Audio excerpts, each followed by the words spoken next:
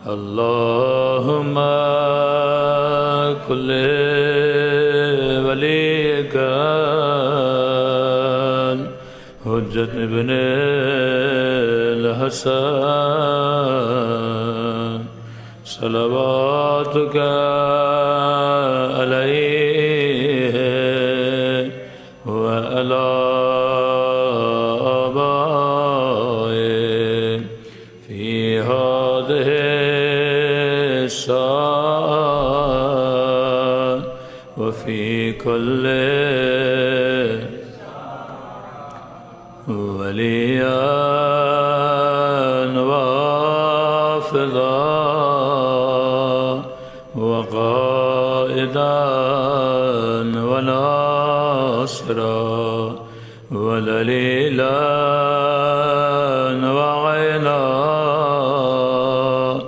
حتى تسكنه أرضك طوعا وتمتعه فيها طويلا برحمتك يا أرحم الراحمين. صلوات پڑھیں. بسم اللہ الرحمن الرحیم. رب اشرح لي صدری ويسر لي امری واحلل عقدة من لسانی يفقهوا قولی. اما بعد فقد قال سبحانه وتعالى في محكم كتابه بسم الله الرحمن الرحيم ولا تقولوا لمن يقتل في سبيل الله امواتا بل احياء عند ربهم يرزقون. صلوات پڑھے محمد وآل محمد.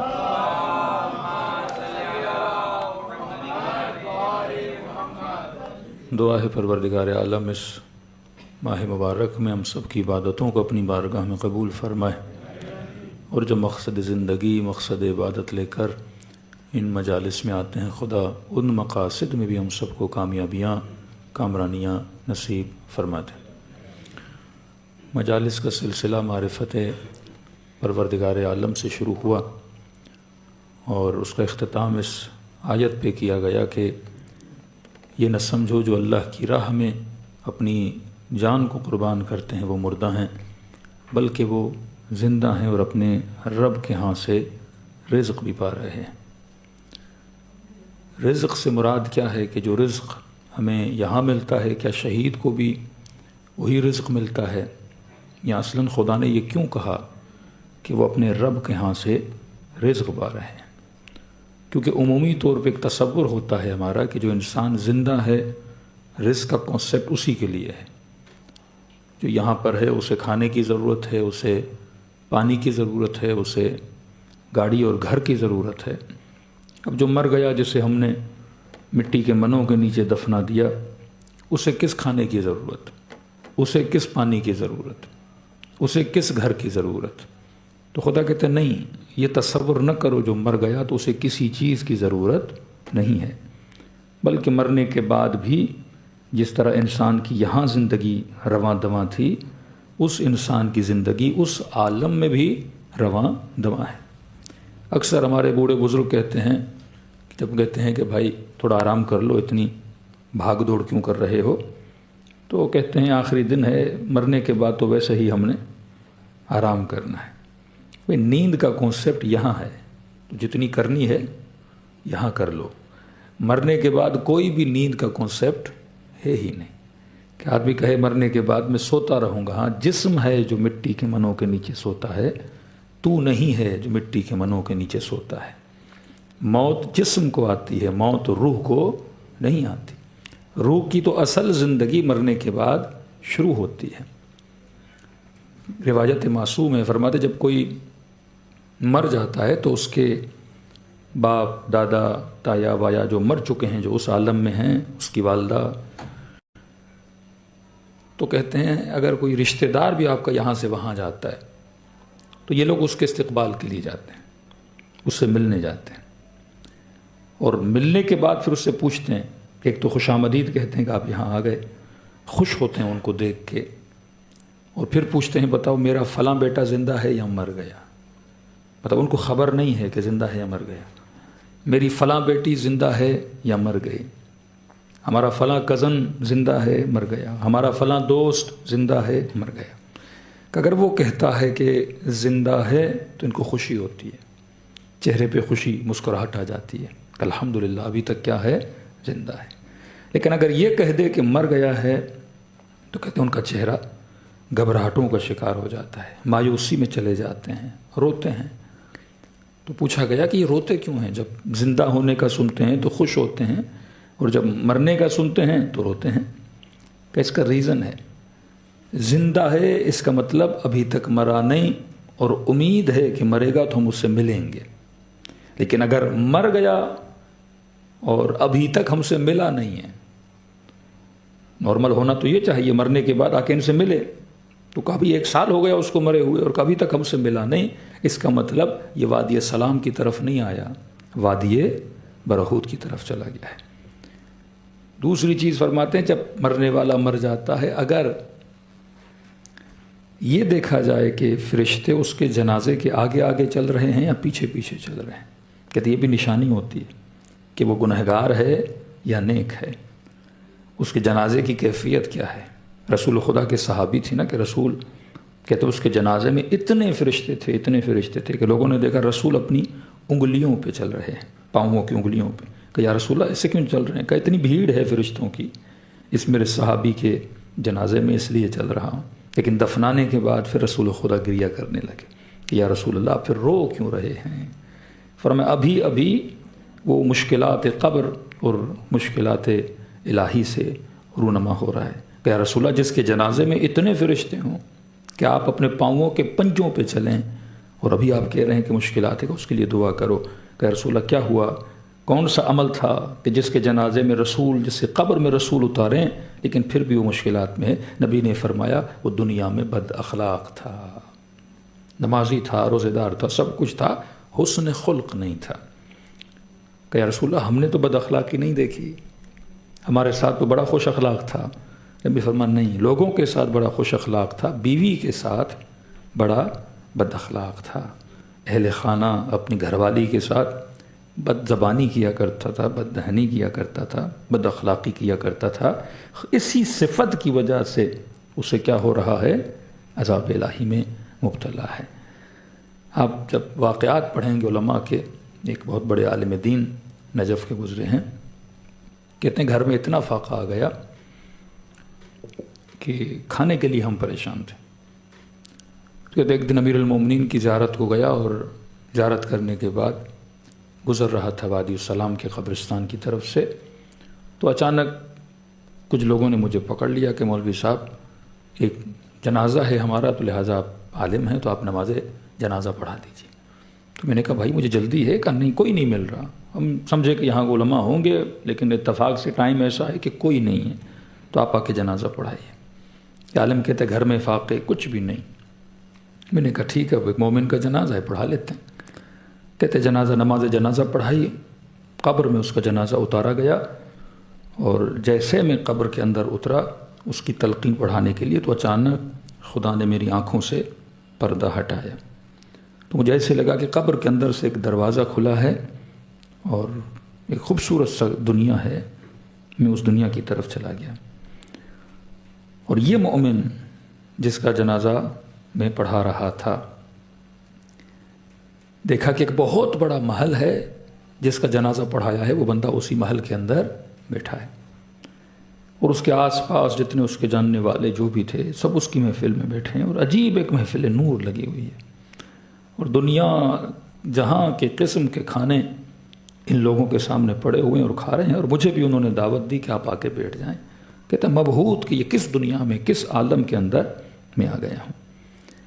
کہتا وہ شخص بیٹھا ہوا تھا، سارے کھانا تناول کر رہے تھے، کھا رہے تھے، لیکن ہر 10 منٹ کے بعد میں دیکھتا تھا کہ یہ جو صاحب قبر ہے، جو بہترین کرسی پہ، بہترین جگہ پہ، بہترین محل میں بیٹھا ہوا ہے، اور نعمتیں ہی نعمتیں، کہ قرآن کہتا ہے نا زمرد و یاقوت سے محل بنائے جائیں گے. مطلب وہ پتھر، اتنے قیمتی پتھر جو انسان ہزاروں ڈالر خرچ کر کے ایک چھوٹا سا پتھر اپنی رنگ اور انگوٹھی میں ڈلوائیں، ان پتھروں سے خدا مومنوں کے لیے کیا بنوائے گا؟ محل بنوائے گا. پھر ہر 10 منٹ کے بعد میں دیکھتا تھا اس مومن کے چہرے کا رنگ بدل جاتا تھا، اچانک سے اس کے چہرے کا رنگ سرخ ہو جاتا تھا، کبھی بلیک ہو جاتا تھا، جیسے کوئی شدید سی تکلیف ہو اس کو۔ تو میں نے اس سے کہا کہ بندے خدا کون سی تکلیف ہے آپ کو، کیا مسئلہ ہے؟ تو اس نے کہا میرے قریب آؤ۔ کہا میں قریب گیا، کہ ان نعمتوں میں بیٹھا تھا۔ اس نے کہا نیچے دیکھو۔ جب میں نے نیچے دیکھا ایک کالا سانپ تھا جو ہر 10 to 15 منٹس سے کیا کرتا تھا، کاٹتا تھا۔ کہ نعمت میں تو ہوں لیکن یہ سانپ میرا پیچھا نہیں چھوڑ رہا، یہ بار بار مجھے کاٹ رہا ہے۔ کہ آپ اتنے نیک، اتنے صالح کہ خدا نے اتنا بڑا محل دیا اور آپ کے صدقے میں عالم برزخ میں دوسرے لوگ بھی آ کے نعمتوں سے کیا کر رہے ہیں، استفادہ کر رہے ہیں۔ کہ یہ نعمت الہی تو ہے کہ خدا نے تجھے یہاں بھیجا ہے تاکہ میں سانپ کا بندوبست کروں۔ کہ مجھے سمجھ نہیں آئی۔ کہ تمہارے محلے میں ایک دکاندار ہے، اس کے پاس چلے جانا۔ کہ ایک دن 2 مومنوں میں جھگڑا ہو گیا، لڑائی ہو گئی، اور کیونکہ میں پورے محلے میں مشہور تھا نمازی نیک مومن ہے، اور ان کا جھگڑا کچھ پیسوں پہ ہو گیا۔ کہ وہ کہتا تھا میرے آپ کے طرف 100 بنتے ہیں، وہ کہتا تھا نہیں آپ کے مثلاً 50 بنتے ہیں۔ اسی پہ جھگڑا تھا، وہ کہتا تھا 100 دو، یہ کہتا تھا نہیں 50 بنتے ہیں، میں 50 دوں گا، اتنے پیسے آپ کے نہیں بنتے۔ تو انہوں نے صلح صفائی کے لیے مجھے کہا کہ آپ ہم دونوں کے درمیان فیصلہ کریں، حکم بن جائیں، اور جو فیصلہ آپ کریں گے وہ ہمیں کیا رہے گا، منظور رہے گا، ہم مانیں گے۔ 50 کہو گے تو 50، 100 کہو گے تو 100۔ کہا کہ اب یہ جو بندہ کہہ رہا تھا میرے 50 بنتے ہیں، یہ میرا دوست تھا، دکاندار کو بھی میں جانتا تھا لیکن یہ تھوڑا میرا جاننے والا تھا۔ تو کیونکہ جاننے والا تھا، میرا اس کے لیے تھوڑا نرم گوشہ تھا، میں نے فیصلہ اس کی فیور میں دے دیا۔ میں نے کہا بھائی کیا 100 کیا 50، بس سمجھو 50 ہی بنتے ہیں، آپ 50 ہی لے لیں۔ اس نے کہا ٹھیک ہے اگر آپ کہتے ہو۔ کہا کیونکہ میں نے فیورزم کی اور فیصلہ حق کی بنیاد پہ نہیں کیا، اس فیصلے کی وجہ سے یہ سانپ ہمیشہ میرے ساتھ رہے گا، اور نعمتوں میں رہوں گا، ہر چیز میں رہوں گا، لیکن ہر 10-15 منٹ میں یہ سانپ مجھے کیا کرتا رہے گا، کاٹتا رہے گا۔ تو کہا اگر آپ کو زحمت نہ ہو، جب واپس جاؤ اس دکاندار کے پاس جانا، میری طرف سے کیا مانگنا، معافی مانگنا، تاکہ اس سانپ سے میرا کیا ہو جائے، چھٹکارا ہو جائے۔ اور کہا کہ مجھے پتا ہے تمہارے گھر میں فاقے ہیں۔ کہتے اس عالم دین کہتا ہے انہوں نے مجھے کوئی 2-3-4 کلو چاول دیے، عالم برزخ کے چاول، کہ یہ چاول رکھ لو اور انشاءاللہ تیرے گھر میں فاقہ نہیں ہوگا۔ کہتے اچانک پھر آنکھوں سے پردے ہٹے، میں نے دیکھا اسی قبر کے اندر ہوں، باہر نکلا، گھر گیا، گھر جانے کے بعد بیوی کو کہا یہ چاول لو اور یہ چاول بناؤ۔ تو بیوی نے اللہ کا شکر ادا کیا، کتنے دنوں سے فاقہ تھا اور گھر میں چاول بھی آ گئے۔ کہتا میں فوراً گیا اس دکاندار کے پاس اور میں نے پورا قصہ سنایا، اور میں نے کہا دکاندار اس مومن کو معاف کر دے، اس نے فیورزم کی تھی۔ اس نے کہا میں نے اللہ کی خاطر اسے معاف کیا۔ اب کہتا ہے گھر آیا۔ یا عالم دین کہتے ہیں کوئی مہینہ 1.5 مہینہ گزر گیا، میری بیوی ڈیلی چاول بناتی تھی لیکن یہ چاول ختم ہی نہیں ہوتے تھے، 3-4 کلو چاول مہینے سے زیادہ گزر گیا۔ اور جب چاول بنتے تھے تو ان میں اتنی خوشبو ہوتی تھی کہ پڑوسیوں تک چلی جاتی تھی۔ خواتین کی عادت ہے، خوشبو آ گئی تو پوچھنے آ گئیں کہ آپ کون سے چاول بنا رہی ہو، کون سے برانڈ کے چاول بنا رہی ہو۔ تو اس نے بیوی کو سختی سے منع کیا کہ یہ غذا دنیاوی نہیں ہے، یہ اللہ نے عالم برزخ سے بھیجی، لہذا کسی کو بتانا نہیں۔ اب خاتون خانہ تھی، جب عورتوں نے زیادہ پوچھنا شروع کر دیا تو انہوں نے بھی بتا دیا کہ بھائی یہ بڑی خاص غذا ہے جو اللہ نے میرے شوہر کو عطا کی ہے۔ اس کی بیوی کہتی ہے جس دن میں نے بتایا وہ چاول 2 دن میں کیا ہو گئے، ختم ہو گئے۔ تو عالم برزخ کا مطلب یہ نہیں کہ رزق بند ہو جاتا ہے، فرمایا وہ وہاں سے رزق پاتے ہیں۔ اب آپ کہیں گے کہ ایک نارمل مومن جو مرتا ہے رزق تو اسے بھی ملتا ہے، اور جو شہید دنیا سے جاتا ہے رزق اسے، دونوں کے رزق میں فرق کیا ہے؟ ہاں فرق وہی ہے کہ جب مومن دنیا سے جاتا ہے تو اسے دنیا کے احوال کا پتہ نہیں ہوتا۔ میں اس کی مثال اس طرح دیتا ہوں کہ آپ کے پاس واٹس ایپ ہے، مختلف کمیونیکیشن کے اپلیکیشنز ہیں۔ یہ اپلیکیشن تب تک چلتی ہیں جب آپ کے پاس انٹرنیٹ ہوتا ہے۔ یہاں انٹرنیٹ ڈسکنیکٹ ہو گیا، نہ آپ کی کال لگے گی نہ آپ کا میسج جائے گا۔ سیم تھنگ جب ہم یہاں سے مرتے ہیں تو ایک طرح سے اس دنیا کا اس دنیا سے نیٹ کیا ہو جاتا ہے، ڈسکنیکٹ ہو جاتا ہے۔ آپ کو نہیں پتہ یہاں میرے ابا کا کیا ہوا، میرے والد کا کیا ہوا، میری بہنوں کا کیا ہوا، میرے بچوں کا کیا ہوا۔ ہم بہت خاص لوگ ہوتے ہیں جن کو اجازت ملتی ہے، وہ بھی مومنین کی ارواح، کہ شب جمعہ آئیں اور اپنے گھر و احوال و بچوں کو دیکھ کے جائیں۔ یہاں تک کہ ہم یہاں سے جو بھیج رہے ہیں بعض کو پتہ بھی نہیں چلتا تو ان کے پاس کیا آیا ہے کیا نہیں آیا۔ وہ نیک لوگ ہوتے ہیں جو یہاں کی رحمتیں اور برکتیں ان تک جاتی ہیں، پھر ان کو بتایا جاتا ہے۔ وہ شاید ہو سکتا ہے عذاب الہی میں ہوں، ایک ٹھنڈی سی ہوا کا جھونکا آئے ان کی طرف اور پوچھیں کہ ہوا کا جھونکا کس نے بھیجا ہے، تو کوئی کہے کہ آپ کے بیٹے نے کوئی کار خیر کیا ہے، لہٰذا آپ کی زندگی میں آ چکا ہے۔ اب یہ جو شہداء ہیں عند ربہم یرزقون، ان کو خدا کی یہاں سے رزق ملتا ہے۔ شہداء دنیا کے احوال سے باخبر رہتے ہیں۔ شہید کا ایکسس ہوتا ہے دنیا میں کہ یا مومنین کی زندگی میں کیا گزر رہا ہے، انبیاء، اولیاء، ائمہ کا ایکسس ہوتا ہے دنیا میں یہاں کیا ہو رہا ہے۔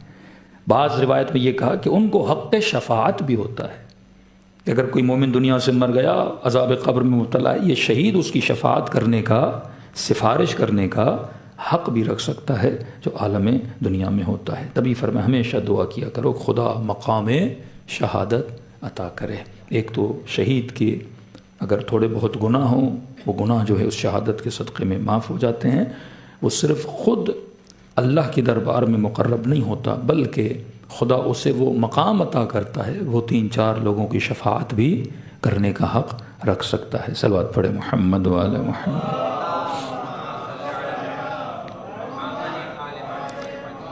اب رزق سے مراد صرف رزق مادی نہیں ہے، رزق معنوی بھی ہے۔ ایک ایرانی جوان جب شہید ہوا، بہت ینگ بچہ تھا، 18-19 سال کا جوان۔ اب ماں کو پتہ تو تھا شہید ہوا، لیکن ماں کا دل بچوں کے لیے بڑا دھڑکتا بھی اور قریب بھی ہوتا ہے۔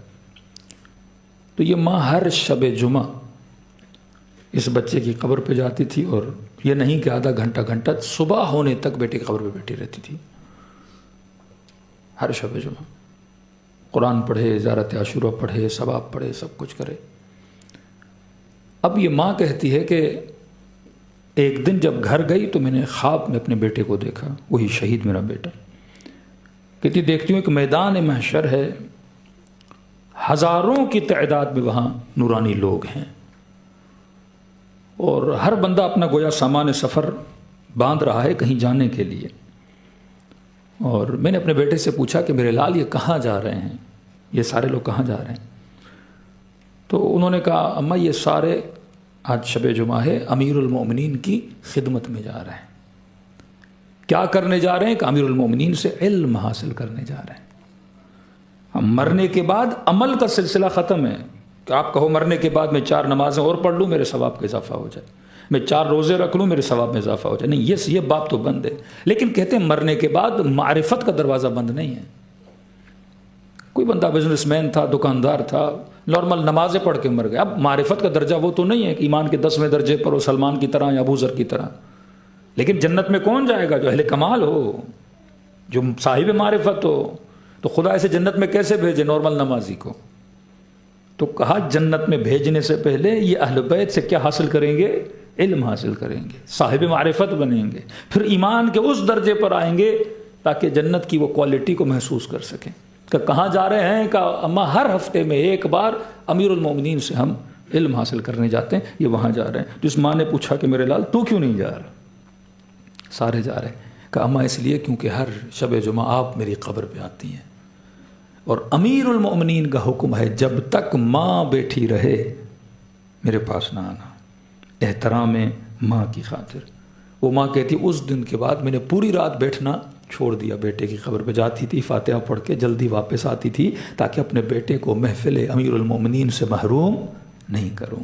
یہ واقعہ جناب سلمان سے بھی منقول ہے۔ کسی جنگ سے امیر المومنین واپس آ رہے ہیں کہ اچانک میں دیکھا امیر المومنین، یہی وادی السلام کا جو قبرستان ہے یہاں پہ امیر المومنین رک گئے، اور پوچھا مولا یہاں کیوں رک گئے؟ امام نے کہا خاموش سلمان، میں گفتگو کر رہا ہوں۔ کہ 1 گھنٹہ، 2 گھنٹہ، 3 گھنٹے، 4 گھنٹے، گھنٹوں کے گھنٹے گزر گئے، امیر المومنین کلام کر رہے تھے۔ میں نے کہا مولا کس سے کلام کرے؟ گھنٹوں گزر گئے ہیں۔ مولانا فرمایا سلمان اگر تیری آنکھوں سے پردے ہٹا دوں تم ہزاروں کی تعداد میں یہاں مرحومین کو دیکھو جو آج علی سے علم حاصل کرنے کے لیے آئے ہوئے ہیں. تو علم کا دروازہ اہل بیت کا بند نہیں ہوتا. پھر وہ حدیث معراج آپ سنتے ہیں، رسول خدا معراج پر گئے، کتنے فضائل سنے اور دیکھا ممبر پہ کوئی بیٹھا ہے اور ملائکۃ اللہ کو کیا دے رہا ہے؟ علم دے رہا ہے. تو وہ ہم شکل علی ابن ابی طالب تھا. مطلب اہل بیت سے علم ملائکوں کو بھی ملتا ہے، وہ جو ارواح نیک و صالح ہیں ان کو بھی علم ملتا ہے. ایک فضیلت کی روایت سن لیجئے کہ رسول جب معراج پہ گئے انہوں نے کیا دیکھا؟ مختلف قسم کے فرشتے ہیں. ہر فرشتہ کوئی نہ کوئی کمال رکھتا ہے. اب شاید اس زمانے کے لوگوں کو سمجھانے کے لیے رسول نے فرمایا، کہتے میں نے ایک فرشتہ دیکھا جس کی ہزاروں کی تعداد میں انگلیاں ہیں، بلکہ کروڑوں کی تعداد میں. تو نبی نے پوچھا، اے فرشتے بتا اللہ نے تجھے کون سی صلاحیت دی ہے؟ کہ یا رسول اللہ میرے پاس یہ صلاحیت موجود ہے کہ آسمان سے جتنے بارش کے قطرے گرتے ہیں میں ان کو کاؤنٹ کرنے کی ایبلٹی رکھتا ہوں. ریت کے جتنے ذرات ہیں مجھے پتا ہے ان کا عدد کیا ہے. سمندر کے اندر جتنی مخلوق ہے مجھے پتا ہے ان کی تعداد کیا ہے. آسمانوں میں جتنے ستارے ہیں مجھے پتا ہے ان کی کاؤنٹنگ کیا ہے. تو رسول نے ایک سوال کیا کہ یہ بتا کوئی ایسی چیز ہے جسے تو کاؤنٹ نہ کر سکے؟ کہنے لگا ہاں یا رسول اللہ ایک چیز ہے جسے میں آج تک کاؤنٹ نہیں کر سکا. نبی نے فرمایا کیا ہے؟ فرمایا یا رسول اللہ جب کوئی آپ پر اور آپ کی آل پہ صلوات بھیجتا ہے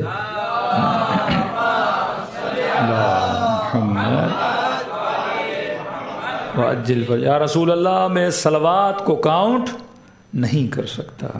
پھر ایک اور حدیث بھی یہ کہتے ہیں جب کوئی مومن صلوات بھیجتا ہے اللہ نے ایک پرندہ بنایا ہے جس کا ایک پر مغرب کی طرف دوسرا پر مشرق کی طرف، کہ جب کوئی مومن محمد اور اس کی آل پہ درود بھیجتا ہے یہ پرندہ ایک سمندر میں ڈبکی لگاتا ہے. ڈبکی لگانے کے بعد جب واپس نکلتا ہے کہ اس کے پروں سے جتنے پانی کے قطرات گرتے ہیں خدا ہر قطرے سے ایک فرشتہ بناتا ہے اور صلوات بھیجنے والے مومن کے لیے تا قیامت یہ فرشتے دعا کرتے رہتے ہیں. صلوات پڑھے محمد و آل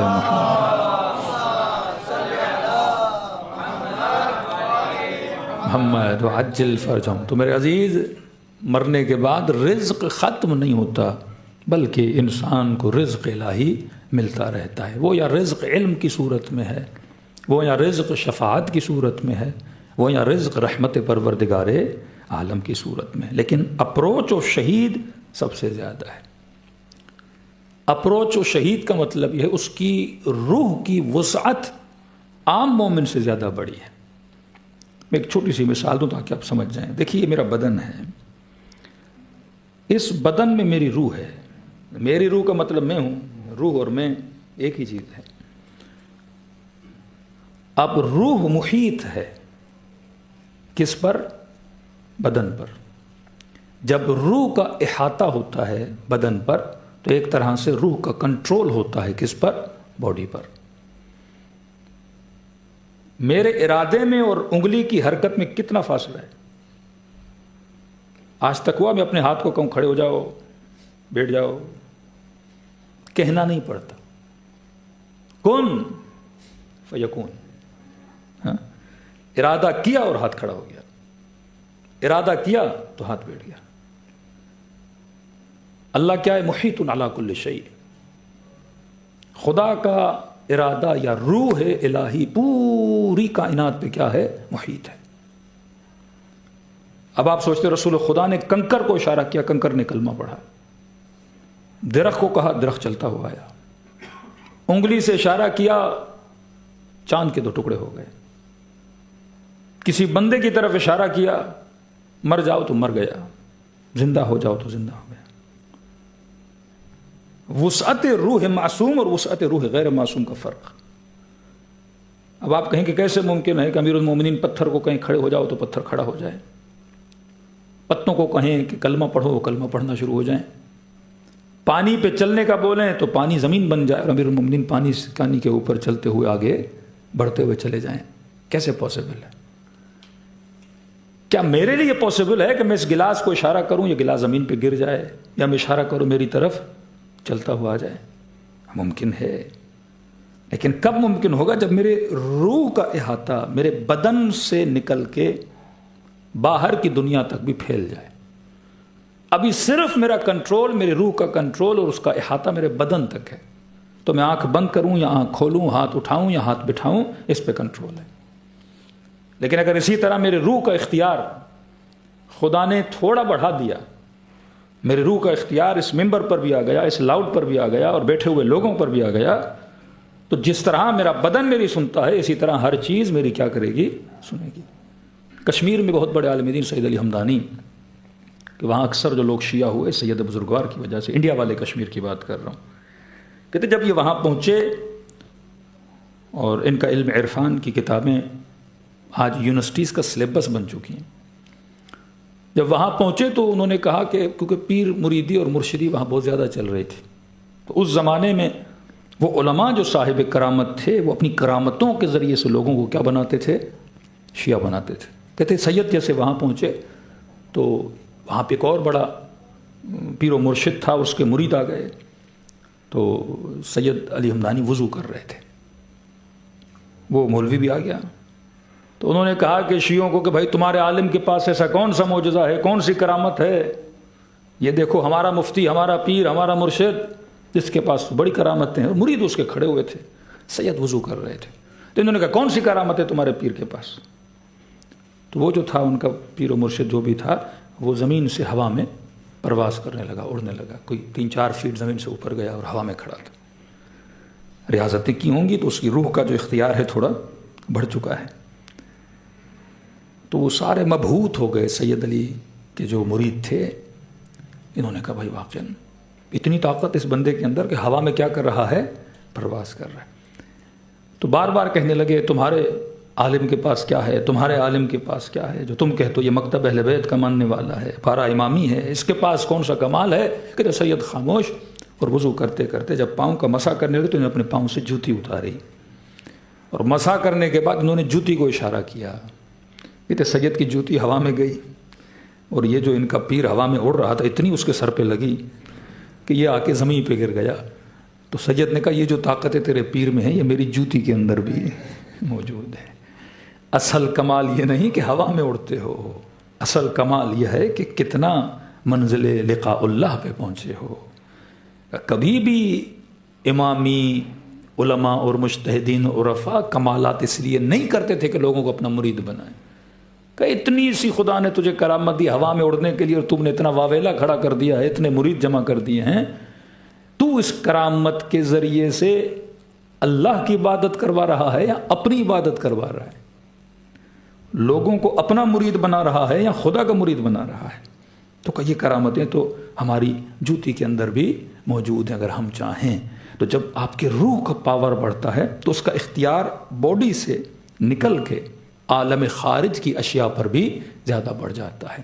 تبھی فرمایا معصوم کیا ہے؟ معصوم کے پاس 2 طرح کی ولایت ہے، ولایت تشریعی، شریعت کی ولایت کہ حکم الہی دیں اور ہم پر کیا ہے؟ واجب ہے۔ دوسری ولایت ولایت تکوینی، کہ معصوم عالم تکوینات میں پتھر کو آرڈر دے تو پتھر پر بھی اس کی اطاعت کیا ہے؟ واجب ہے۔ یہ غالباً امام جواد کا غالباً مجھے نام یاد نہیں واقعہ ہے نا، کہ امام کو کہاں بھیج دیا گیا؟ ایک پنجرے کے اندر بھیج دیا جہاں پہ کون تھا؟ شیر موجود تھا، اور اتنا بھوکھا تھا کہ انہوں نے کہا کہ امام کو کیا کر لے گا؟ کھا لے گا، لیکن وہ شیر امام کو کھانے کی بجائے مولا کے قدموں میں بوسے دینے لگا۔ یہ ولایت تکوینی ہے۔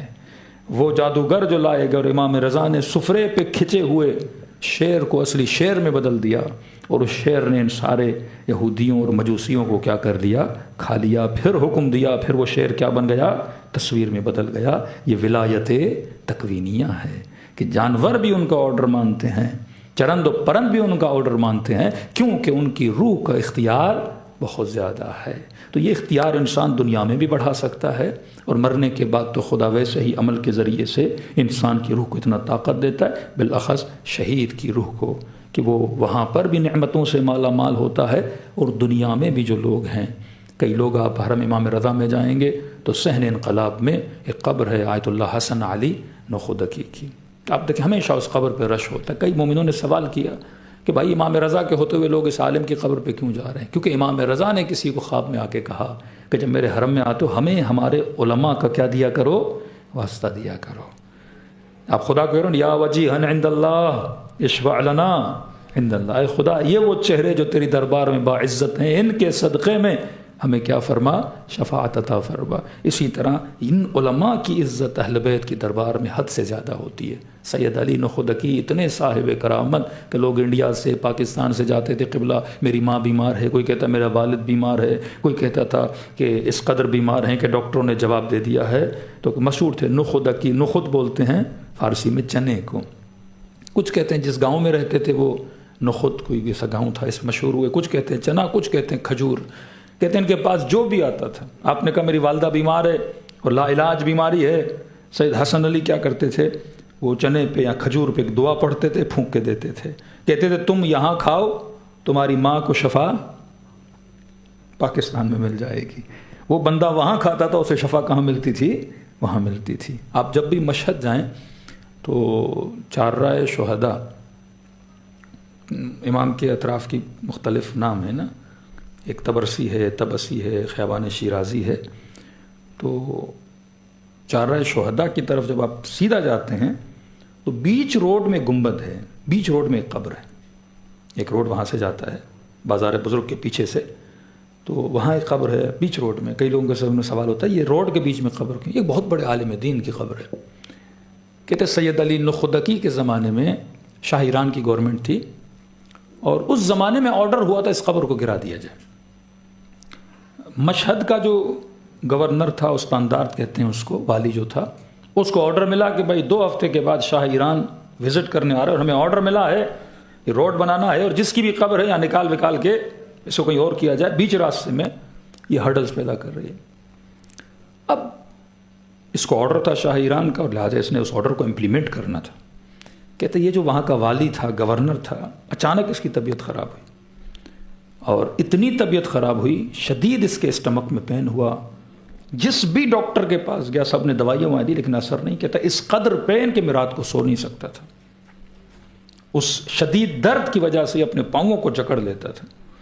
تو اس کو کسی نے کہا کہ آغا حسن علی نخودکی کے پاس جاؤ، بڑی شفا ہے ان کی دعا میں، وہ ایک کھجور دیں گے، چنا دیں گے، کھاؤ گے اور شفا مل جائے گی۔ یہ گورنر کہتا ہے میں آغا حسن علی کے پاس آیا اور میں نے قبلہ میرے پیٹ میں بہت درد ہے، مطلب اتنا کہ میں اتنے دنوں سے سو نہیں پایا، ایسا شدید درد ہوتا ہے کہ ایسا لگتا ہے میرے بدن سے روح نکل جائے گی۔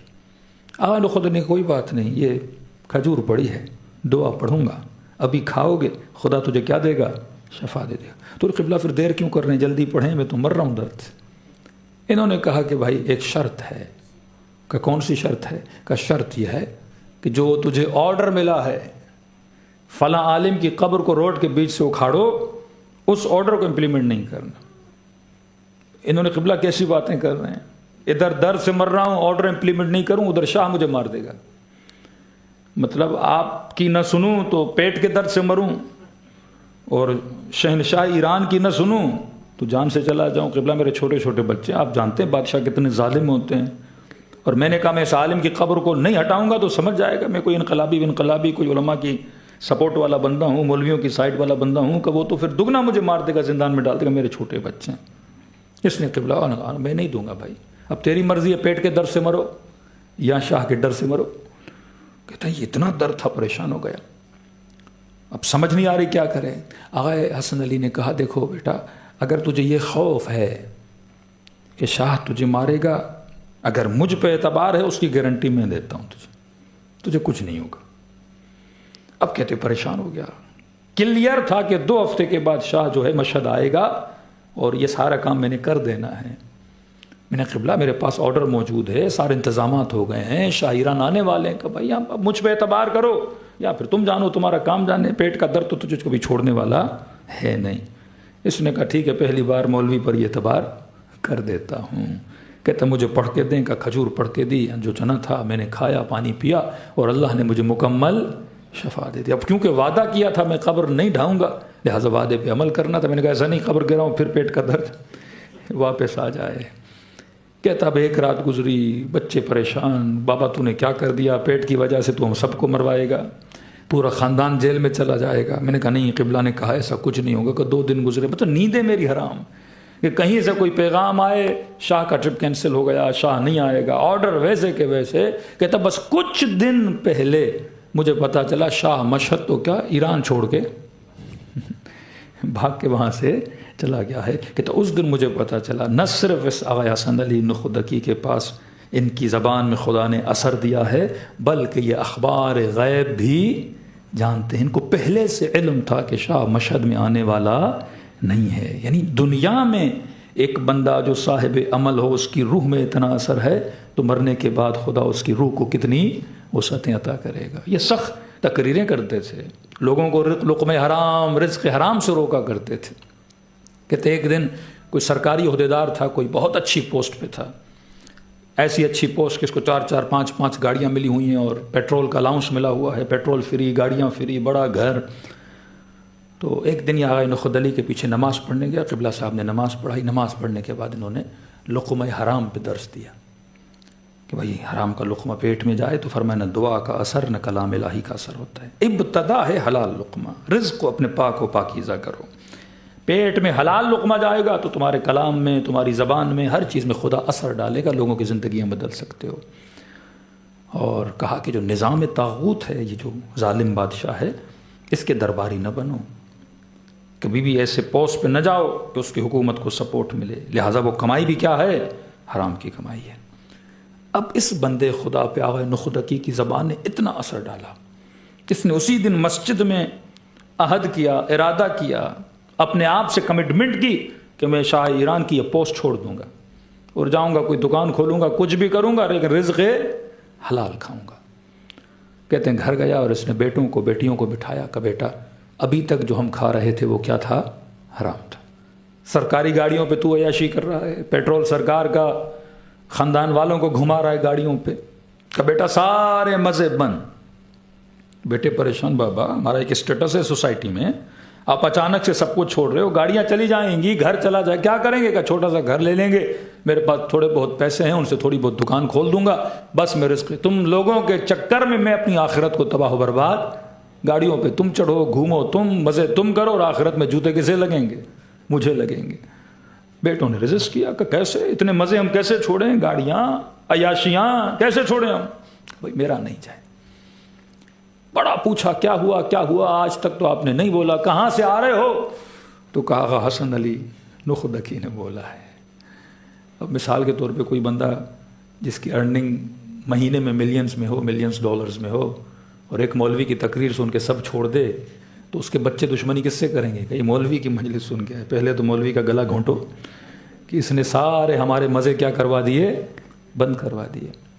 ایک مومن تھے، اس کی بیوی نے میسج کیا کہ مولانا آپ کی مجلس سننے کے بعد میرے شوہر میرے اوپر ایسے بیٹھ گیا ہے جیسے ملک الموت، کہ پہلے اتنی آزادی تھی، میک اپ کروں، جو بھی کروں، ادھر جاؤں ادھر جاؤں، جب سے سنا ہے یہ میک اپ کرنا، مکس گیدرنگ میں جانا، خواتین کی طرف ہوں، مرد حضرات کی طرف ہوں، ایک دوسرے کے ساتھ سفروں پہ بیٹھ کے کھانا نہیں کھانا چاہیے، معصومین کی تربیت اور احکام کے نزدیک حرام ہے۔ یہ آج ہر فیملی کے اندر مکس گیدرنگ ہے، کزنوں کے ساتھ لڑکیاں بیٹھی ہوئی ہیں، دیور ویور ایک دوسرے کے ساتھ بیٹھے ہوئے ہیں۔ بیٹھنا حرام نہیں ہے، لیکن معصوم فرماتے ہیں ہلکا پھلکا سلام دعا، لیکن جو نشست ہو، جو پراپر بیٹھک ہوتی ہے، وہ خواتین کی الگ ہونی چاہیے، مردوں کی الگ ہونی چاہیے۔ نہیں ایک سفرے پہ بیٹھ رہے ہیں، گپے لگ رہے ہیں، جوکس ہو رہے ہیں، ہنسی مذاق ہو رہا ہے، یہ فاصلہ جو محرم اور نامحرم کا فاصلہ، اس کا خیال رکھنا چاہیے۔ کہ اب اتنی سختی ہو گئی ہے، ادھر نہ جانا ادھر نہ جانا، کہ اچانک سے چینج آ گیا نا، کہ پہلے وہ نہیں تھا، اور ٹوٹلی کہ پہلے تو ہم جاتے تھے اور اچانک آپ مکس گیدرنگس میں نہیں جائیں گے کہ مولانا زندگی ہو گئی، تو ساری دشمنی کس سے ہو جاتی ہے؟ وہ اس مولوی سے ہو جاتی ہے۔ تو اس نے کہا کس نے؟ کہا حسن علی نخودکی۔ اس بیٹے نے کہا میں اس مولوی کو نہیں چھوڑوں گا۔ کہتے ہیں اتنا غصے میں نکلا اور اس نے پسٹل اٹھایا اور آغا حسن علی نخودکی کی ریکھی کرنے لگا کہ کب مسجد میں جاتے ہیں، کہاں سے نکلتے ہیں، کس گلی سے گزرتے ہیں، کہ اس مولوی کو مار دوں گا، قصہ ہی تمام ہو جائے گا، نہ بابا اس کی مجلس میں جائے گا، نہ اس کی زندگی میں اتنا بدلاؤ آئے گا۔ جناب زہیر امام حسین سے جیسے مل کے بیوی کو کہا کہ میں تجھے طلاق دیتا ہوں، اور بیوی بھی سوچ رہی ہوگی میں نہیں بھیجا اور نقصان کس کا ہو رہا ہے؟ بیوی نہیں بھیجا نا اس کو سفرے بیٹھ کر، جا فرزند رسول بلا رہے ہیں، کیوں نہیں جا رہے؟ جیسے واپس آیا تو زوجہ کو کہا باغ دولت بولت سارا گھر ور تیرے نام کیا اور میں تجھے طلاق بھی لکھ کے دے رہا ہوں۔ طلاق اس لیے لکھ کے دے رہا ہوں کیونکہ اگر میں حسین کے پاس جا رہا ہوں کہ تجھے بیوی کی حیثیت سے مجبور نہ ہونا پڑے کہ میرے پیچھے آؤ، تم جا کے سکون کی زندگی گزارو، میں نے تو ویسے ہی، آپ مرنے کے بعد تو ویسے ہی طلاق ہو جانی ہے نا، تو اپنی زندگی میں تجھے دے رہا ہوں۔ تو بیوی نے کہا ٹھیک ہے، منظور ہے۔ جناب صاحب معرفت تھی کہ ظہر ایک شرط پہ۔ کون سی؟ کہ مرنے کے بعد بھی مجھ سے شادی کرنا۔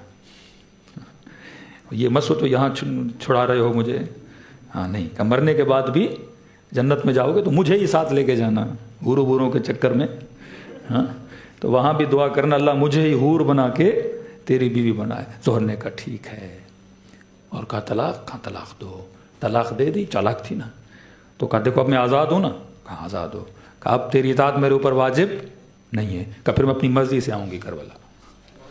ہاں پھر اپنی مرضی سے کہاں گئی؟ کربلا گئی، اور پورے سفر میں اسیران کربلا کے ساتھ رہی، صاحب معرفت تھی۔ تو بعض اوقات صاحب معرفت ہو تو دشمن نہیں بنی امام حسین کی، کیا بنی؟ اور صاحب معرفت بنی کہ امام حسین نے میرے شوہر کو دنیا داری سے نکال کے آخرت کے سفر پہ۔ اس بندے خدا نے پسٹل لیا، کہتے ہیں آغائے نخدکی مسجد سے نکلے اور جب اپنی گلی میں جا رہے تھے تو یہ پیچھے آغائے نخدکی بالکل گھر کے سامنے تھے، یہ پیچھے سے جوان آیا اور اس نے پسٹل کو لوڈ کیا اور آغائے حسن علی نخدکی کی طرف اس نے نشانہ لیا۔ کہتے ہیں جب نشانہ لیا، اب آغائے نخدکی کا چہرہ اپنے گھر کے دروازے کی طرف تھا، اس جوان کا نام لیا آغائے نخدکی نے، کہ جوان شیعہ ہو، اہل بیت کے چاہنے والے ہو، مارنا ہے تو آگے سے آ کے مارو، چھپ کے پیچھے سے وار نہیں۔ کہ یہ سننا تھا، یہ جوان پریشان ہو گیا کہ ان کو کیسے پتا اندھیری رات میں ان کے پیچھے کھڑا ہوں، انہوں نے مجھے پہچانا کیسے؟ کہ ڈر کے مارے اس کے ہاتھ سے پسٹل نیچے گر گئی۔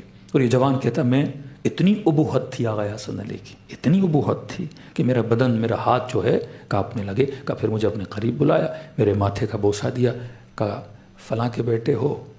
کہا ہاں۔ کہ اس لیے آئے ہو کیونکہ تمہارے باپ نے حرام کا رزق کھانا چھوڑ دیا ہے اور دنیا کے مزے اور یہ وہ تمہارے چلے جائیں گے؟ کہ زبان میں لکنت بول نہیں پا رہا۔ تو کہا بیٹے شیعہ ہو نا؟ کہ امیر المومنین کی زیارت کرو گے؟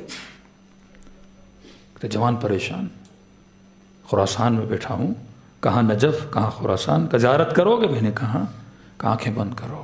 کہ جوان نے آنکھیں بند کی، آنکھیں کھولو۔ کہ جیسے آنکھیں کھولی تو نجف میں قبر امیر المومنین کے سامنے کھڑے تھے۔ کہ وہیں کھڑے کھڑے آغا نخود علی نے سلام کیا، السلام علیک یا علی ابن ابی طالب، امام کی زیارت پڑھی۔ کہ جوان رسول خدا کی زیارت کرو گے؟ جوان نے کہا جی، منقلب ہو گیا۔ کہ آنکھیں بند کرو، کہ آنکھیں بند کی۔ کہ پھر آنکھیں کھولو۔ اچانک آنکھیں کھولی، حرم رسول کے سامنے کھڑا تھا۔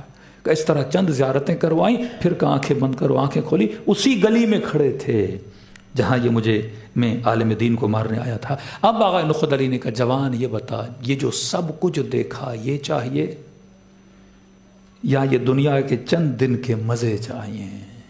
کہ فوراً آغا حسن علی کے قدموں پہ گر گیا کہ یہ کچھ جو دیکھا ہے مجھے یہ چاہیے، یہ دنیا کے 4 دن کے مزے ہیں۔ کہ تمہارا باپ اسی راہ پہ چل رہا ہے، اپنے باپ کو جنت کے راستے سے کبھی روکا نہ کرو، اپنے والد کے راستے میں پتھر نہیں پھینکو، بلکہ انسان راہ خیر میں اس کی کیا کرے؟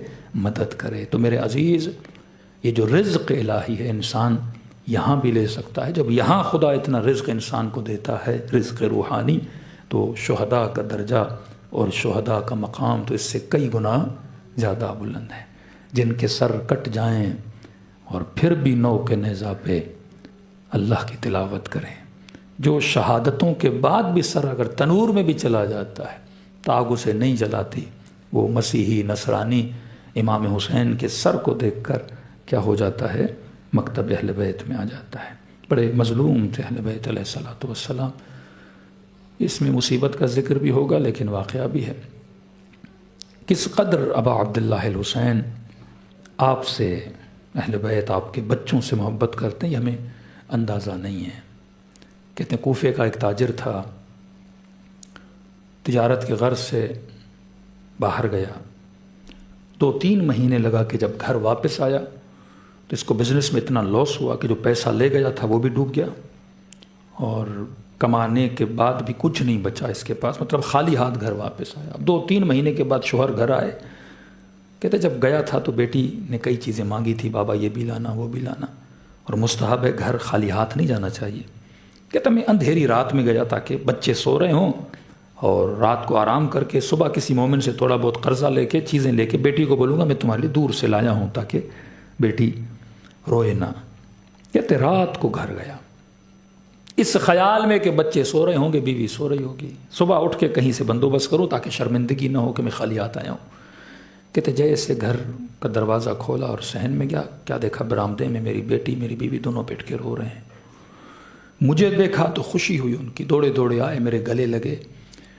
میں نے کہا کیوں رو رہے ہو؟ کہا اتنے دنوں سے فاقے پڑے ہوئے ہیں، کئی دنوں سے نہ بچی نے کچھ کھایا ہے نہ ہم نے کچھ کھایا ہے، فقیروں والی حالت ہو گئی ہے۔ خوشی کے عالم میں کہا شوہر کچھ لائے ہو؟ گھر میں کچھ بھی نہیں۔ میں نے بیوی کو کہا نہیں، خالی ہاتھ تہی دست آیا ہوں، کچھ بھی نہیں ہے۔ کہا مرد وائے ہو تجھ پہ کیا کریں گے اب؟ کہا صبح اٹھوں گا دیکھوں گا۔ کہا دیکھو جیسے صبح ہو اپنا گھوڑا لو، اپنی تلوار لو، پورے کوفے میں اعلان ہوا ہے کہ باغیوں کا ایک ٹولہ آیا ہے، جو بھی ان سے جنگ لڑے گا تلوار کے وزن کے برابر اسے سونے درہم اور سکے اور چاندی دیے جائیں گے۔ اس سے اچھی کمائی کا ذریعہ نہیں ہوگا، راہ خدا میں جاؤ گے کما کر بھی آؤ گے۔ اس نے کہا ٹھیک ہے۔ کہتا جیسے اٹھا دن کے دن گھوڑا ووڑا لیا، تلوار ولوار اپنی تیز کروائی، بازار میں پوچھتے پوچھتے لوگوں نے کہا جاؤ۔ کہتے ہیں کہ دیر تو ہو گئی ہے، سارے لوگ چلے گئے ہیں، لیکن آپ نے جانا ہے تو آپ چلے جائیے، اور جو بھی غنائم ملے مال غنیمت ملا۔ اب بھوکھا آدمی اتنے دنوں سے بزنس میں نقصان ہوا، کہتا ہے گھوڑا دوڑاتے دوڑاتے میں سرزمین کربلا میں پہنچا۔ کہتا جب پہنچا تو ایسے لگ رہا تھا کہ جنگ ختم ہو چکی ہے، دھواں اڑ رہا ہے، خیمے جل رہے ہیں اور لاشیں بکھری ہوئی ہیں زمین کربلا پہ۔ کہتا لوگوں کا ہجوم ہے جو ایک فرد اور ایک شخص کی طرف حملہ کر رہے ہیں اور کہہ رہے ہیں اسے مارو امیر تجھے انعام دے گا، اسے مارو امیر تجھے انعام دے گا۔ کہتا بھیڑ تھی لوگوں کی کہ یہ باغی ہے اسے قتل کرو۔ کہتا دیکھ رہا ہوں جس کے پاس نیزہ ہے وہ نیزہ مارتا ہے، جس کے پاس تلوار ہے وہ تلوار مارتے ہیں، اور یہ گویا عام انسان نہیں، ایک شیر کی طرح تھوڑا سا ہلے تو لوگ دور بھاگ جاتے ہیں۔ کہتا میں بھی اس بھیڑ کو کاٹتے کاٹتے کاٹتے کیا دیکھتا ہوں کہ ایک انسان ہے لیکن پورا بدن تیروں سے بھرا ہوا ہے۔ کہ سب کہہ رہے ہیں باغی ہے اسے مارو، باغی ہے اسے مارو۔ کہتا میں نے کہا نزدیک تو نہیں جا پاؤں گا، میں نے بھی ایک پتھر لیا اور میں نے مارنا چاہا۔ قرآن کہتا نا پہلے سوچو، پہلے غور کرو، پہلے فکر کرو، کہیں ایسا نہ ہو تو کسی نیک آدمی کا دشمن بن جائے۔ کہتا ہے پتھر لیا، مارنا چاہا، اچانک میری نگاہ اس کے چہرے پہ پڑی، ایسا نور جیسا چہرہ، پیشانی پہ سجدے کے نشان۔ کہتا میں نے سوچا کہیں ایسا نہ ہو میں کسی نیک بندے کو مار دوں، یہ تو کہہ رہے ہیں باغی ہے لیکن ماتھے پہ سجدے کے نشان کیسے؟ یہ تو چہرہ کسی صالح بندے کا چہرہ ہے۔ کہ میں نے وہیں پتھر پھینکا اور میرے تھوڑا اس کے قریب گیا، میں نے کہا سلام کروں گا، اگر جواب دیا تو مسلمان ہے۔ میں نے کہا السلام علیکہ ایھا الشیخ الکبیر، اے بوڑھے تجھ پہ میرا سلام ہو۔ کہا سلام کا دینا تھا، میرا نام لے کے کہا وعلیکہ السلام۔ کہ میں پریشان ہو گیا، یار یہ تو مسلمان ہے، میرا نام بھی جانتا ہے اور سلام کا جواب بھی دیا۔ حیرت سے ان کو دیکھنے لگا۔ میں نے کہا آپ کون ہیں؟ مجھے کہا خط بھی خود لکھتے ہو، بلاتے بھی خود ہو، اور بعد میں پوچھتے ہو کہ میں کون ہوں۔ میں نے کہا میں نے آپ کو کوئی خط نہیں لکھا، کیسی باتیں کر رہے ہیں آپ؟ کہ تو نے حسین ابن علی کو خط نہیں لکھا تھا؟ کہ سننا تھا حسین ابن علی، پاؤں سے گویا زمین نکل گئی۔ یہ ایسے ہے کہ 50 سال دعا کرو کہ خدا امام زمانہ کا ظہور کرے، اور ایک دن آئے کہ اپنے امام کو جا کے پتھر مارو، اور بعد میں پتا چلے یہ میرا امام ہے، میں غلطی سے پتھر مار رہا تھا۔ آپ کی کیفیت کیا ہوگی کہ جس کا اتنے سال انتظار کر رہا تھا اور آج غلطی سے اسی کو پتھر مارنے گیا اور پتا چلے میرا امام ہے۔ کہ بلایا بھی خود ہے، خط بھی خود لکھا ہے، اور پوچھ رہے ہو کہ میں کون ہوں؟ میں نے کہا میں نے حسین ابن علی کو خط لکھا تھا، آپ کا کیا جائے حسین ابن علی سے؟ کہ میں ہی تو حسین ابن علی ہوں۔ کہ یہ سننا تھا، بدن کانپنے لگا، دوڑا دوڑا امام کے اوپر گرا۔ میں نے کہا مولا جب تک میں زندہ ہوں ایک پتھر اور لگنے نہیں دوں گا۔ مولا واللہ مجھے نہیں پتا تھا، میں تجارت پہ چلا گیا، 2 مہینے کے بعد آیا، گھر گیا، کہا کوئی باغیوں کا لشکر ہے، میں تو یہ سن کے آیا کوئی اسلام کا دشمن ہے، اسے مارنے جانا ہے۔ امام کتنا رؤوف اور کتنا مہربان ہے۔ امام نے کہا جتنی جلدی ہو سکے کربلا سے باہر چلا جا۔ مولا اس حال میں آپ کو چھوڑ کے نہیں جاؤں گا۔ کہ نہیں، تیرے اوپر جہاد واجب نہیں ہے، میں حکم دے رہا ہوں کربلا سے جلدی باہر چلا جا۔ مولا ایسے کیسے جاؤں آپ کو اس حال میں چھوڑ کے، ظالم آپ کو پتھر مار رہے ہیں۔ کہ نہیں، میرا کام تمام ہے۔ مولا اتنی جلدی کیوں کہہ رہے ہیں کربلا سے باہر جا؟ کہ ابھی میں آواز دوں گا حل من ناصر ینصرنا، جو آواز سنے گا اس پہ واجب ہوگا۔ میں کہتا ہوں اتنا جلدی چلا جا تاکہ تجھے میری آواز سنائی نہ دے۔ علماء کہتے ہیں مولا کیوں کہہ رہے تھے جلدی چلا جا؟ کیونکہ حسین چاہتے تھے کوئی تو ہو کوفے میں حسین کا چاہنے والا، جب میری بیٹیوں کو پیاس لگے اور پانی مانگے کوئی تو ہو جو ایک پانی کا گھونٹ پلائے، کوئی تو ہو جو کچھ بندوبست کرے۔ کہ جلدی چلا جا۔ جب کہا نا حکم امام ہے، کہ ٹوٹے ہوئے دل کے ساتھ میں تھوڑا تھوڑا مولا سے دور ہونے لگا۔ کہ چند قدم دور ہوا ہی تھا کہ ابا عبداللہ نے کہا میرے قریب آ۔ کہ دوڑا دوڑا آیا، مولا اجازت ہے جہاد کروں اپنی جان؟ کہ اس لیے نہیں بلایا۔ کہ مولا کیوں بلایا ہے؟ کہتا اپنے زخمی ہاتھوں سے حسین نے اپنی انگلی سے ایک انگوٹھی نکالی اور یہ انگوٹھی میرے ہاتھ پہ رکھی۔ میں نے کہا مولا یہ انگوٹھی مجھے کیوں دے رہے ہیں؟ امام نے فرمایا تیری 4 سال کی بچی ہے نا؟ کہ جی مولا میری بچی ہے۔ کہا جب تو سفر پہ گیا تھا تیری بچی نے کہا تھا بابا میرے لیے انگوٹھی لانا۔ کہا تو بھول گیا پر حسین کو یاد ہے۔ کہ یہ انگوٹھی دی، میں روتا ہوا انگوٹھی کو گھر لے کر گیا۔ کہ بس اپنی بچی کو اتنا کہنا جسے تو مارنے گیا تھا وہ باغی نہیں تھا، وہ تیرا امام تھا۔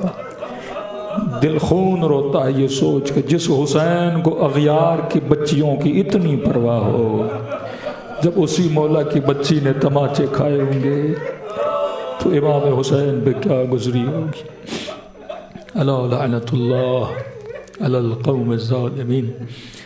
پروردگارہ تجھے مظلومیت ابا عبداللہ الحسین کا واسطہ، ہمارے شہداء کے درجات کو بلند فرما، روح پرفتوح آئے رہبر معظم کو شہید کربلا کے ساتھ محشور فرما۔ پورے عالم اسلام بلکہ عالم تشیع میں شیعیان اہل بیت کے دل دکھی بھی ہیں، غم زدہ بھی ہیں۔ واقعاً یہ مصیبت کبریٰ ہے۔ ایک طرح سے ایک رہبر کا سایہ ایک باپ کی طرح ہوتا ہے۔ پروردگار ہر شہید کے خون کے پیچھے تیرے انعامات ہوتے ہیں۔ اس بڑی شہادت کے نتیجے میں شیعوں میں اتحاد اور اتفاق نصیب فرما، دشمن اسلام کو نیست و نابود فرما، مومنوں کے جان مال ناموس اور عزت کی حفاظت فرما، مجاہدین اسلام کی مدد فرما۔ پروردگار ہمارے مولا آقا امام زمانہ کا ظہور فرما، ہم سب کو مولا کے اعوان اور انصار خاص میں شریک فرما، ہم سب کو عاقبت بخیری نصیب فرما، ہماری نسلوں اور ہمارے بچوں کو سیرت اہل بیت پر چلنے کی توفیق نصیب فرما۔ جو مومن بیمار ہیں لا علاج بیماریوں میں مبتلا ہیں، بحق شہداء کربلا ان سب کو شفاء کاملہ عاجلہ نصیب فرما۔ ربنا تقبل منا انک انت السمیع العلیم۔